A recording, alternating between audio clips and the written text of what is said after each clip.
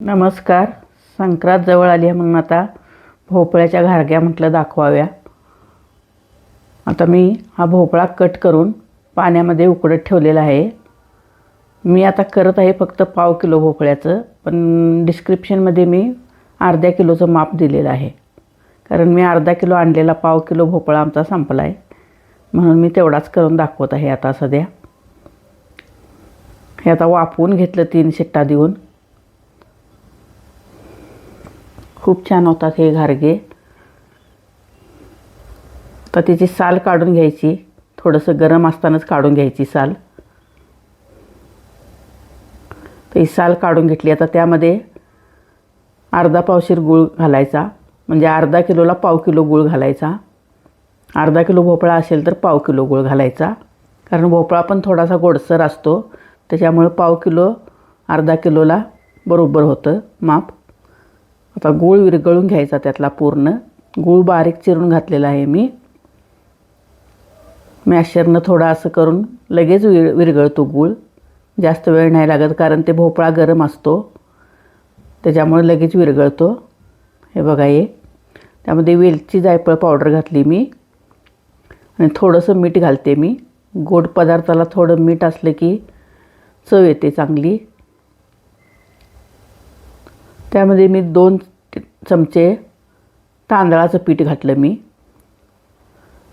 पारंपरिक पद्धतीनं फक्त गव्हाचं पीठ आणि त्यात मिक्स 1-2 चमचे तांदळाचं पीठ घालतात.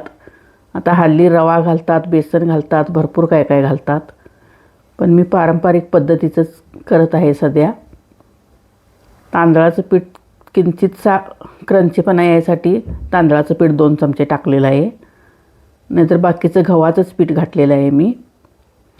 गव्हाचं पीठ मी आता 1 कप भरून घेतलेलं आहे, पण जेवढं लागेल तेवढं घालायचं. मला 1/2 कप लागलेलं आहे. 2 चमचे तांदळाचं आणि गव्हाचं 1 कप आणि परत 2 चमचे असं लागलेलं आहे. हे पीठ जास्त घट्ट नाही करायचं, थोडंसं मऊ असावं. चपातीच्या पिठापेक्षा पण थोडं मऊ पाहिजे पीठ हे.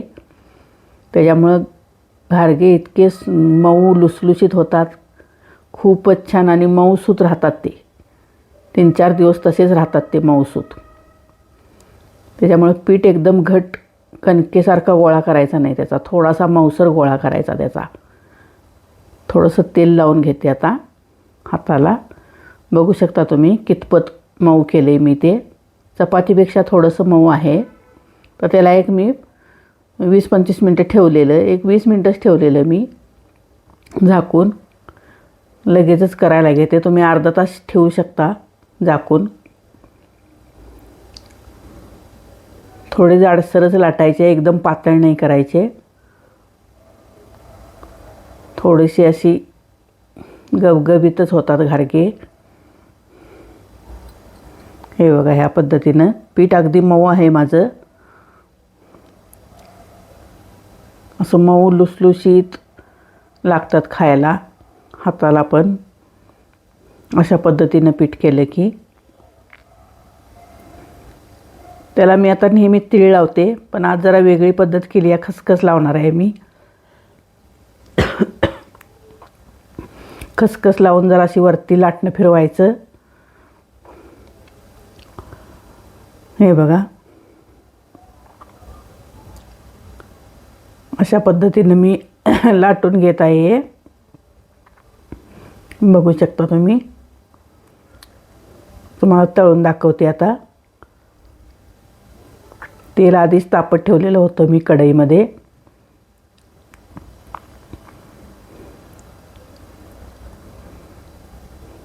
थोडंसं तेल मारल्यासारखं करायचं. मी एकच तळणार आहे, थोड्या प्रमाणात आहेत म्हणून मी मोठी कढई ठेवली नाही. बघू शकता कसा टम फुगलेला आहे.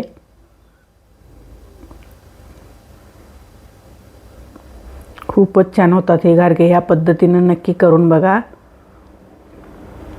मी अगदी झटपट होतात. फक्त पीठ अर्धा तास ठेवायचं भिजत.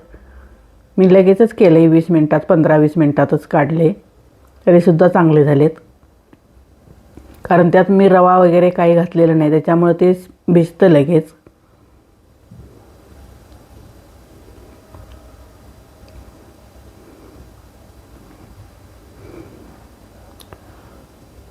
अगदी कमी वेळात होतात हे, जास्त वेळ पण लागत नाही. तर सध्या बाजारात भोपळे यायला चालू आहेत, संक्रांत जवळ आलेली आहे, त्यामुळं म्हटलं आता रेसिपी करून दाखवावी. बघू शकता तुम्ही कसे फुलत आहेत ते. अगदी गबगबीत असे होतात हे असे, आणि हाताला पण अगदी मऊसूत लागतात, मोडताना खाताना पण.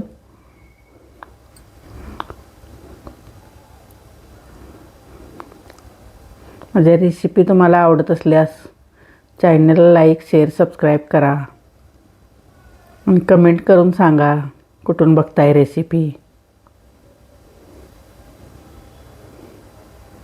आपण झालेला आहे असाच किंचितसा तांबूस कलर आला की काढून घ्यायचा, असा कलर येऊ द्यायचा त्याला.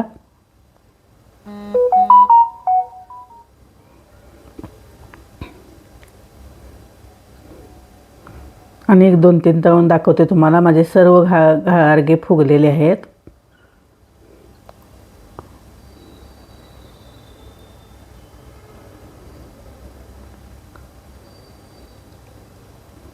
बघा कसे फुगतात.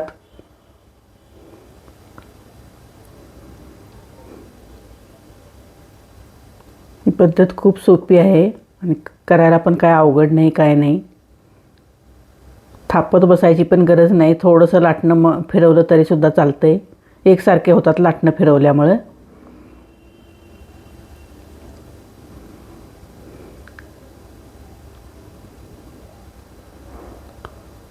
सगळेच घारगे माझे फुगलेले आहेत, बघू शकता पुढे तुम्ही. आणि अगदी टम फुगतात हे अशा पद्धतीने केलं की.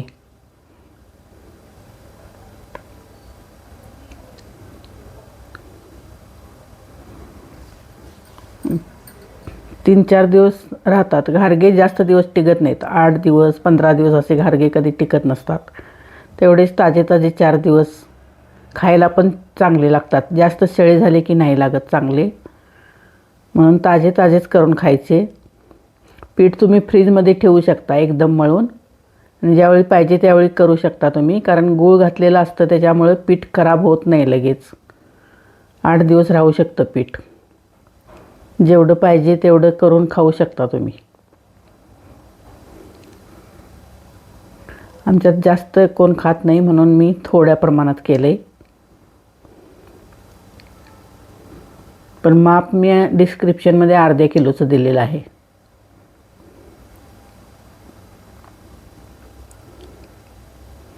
झालेलं आहेत, आता होत आलेलं आहेत.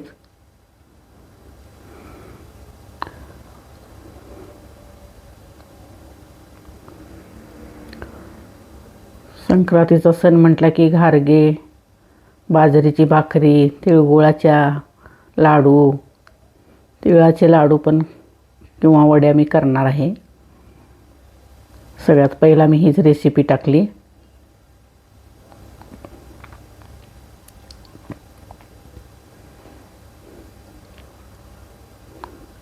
अशा पद्धतीनं सर्व घारगे तळून घ्यायचे. एकदम फास्ट पण जाळ नाही. ते एकदा तेल तापलं की मिडियम ठेवला तरी चालतं.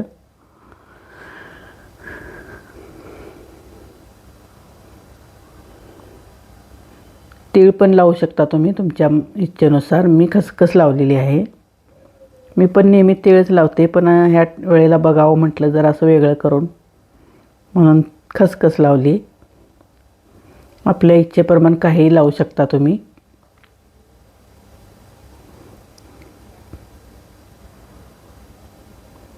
मी मुद्दाम तुम्हाला जास्त तळून दाखवले, कारण फुगतात का नाही 1-2 दाखवले की नंतरचे फुगलेत का नाही असं वाटतंय, म्हणून सगळेच दाखवले मी जास्त करून.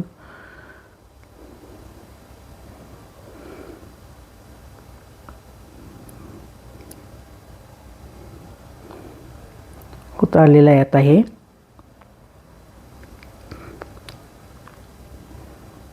चॅनलला सबस्क्राईब करून ठेवा, म्हणजे माझ्या सगळ्या रेसिपी तुम्हाला दिसतील. कमेंट करायला विसरू नका. कुठून बघताय व्हिडिओ ते पण सांगा. बघू शकता तुम्ही कसे झालेत. खूपच छान झालेत घारगे, आणि मऊसूद अगदी लुसलुशीत झालेत.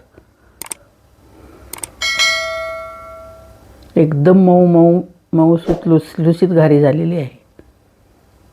थँक्यू.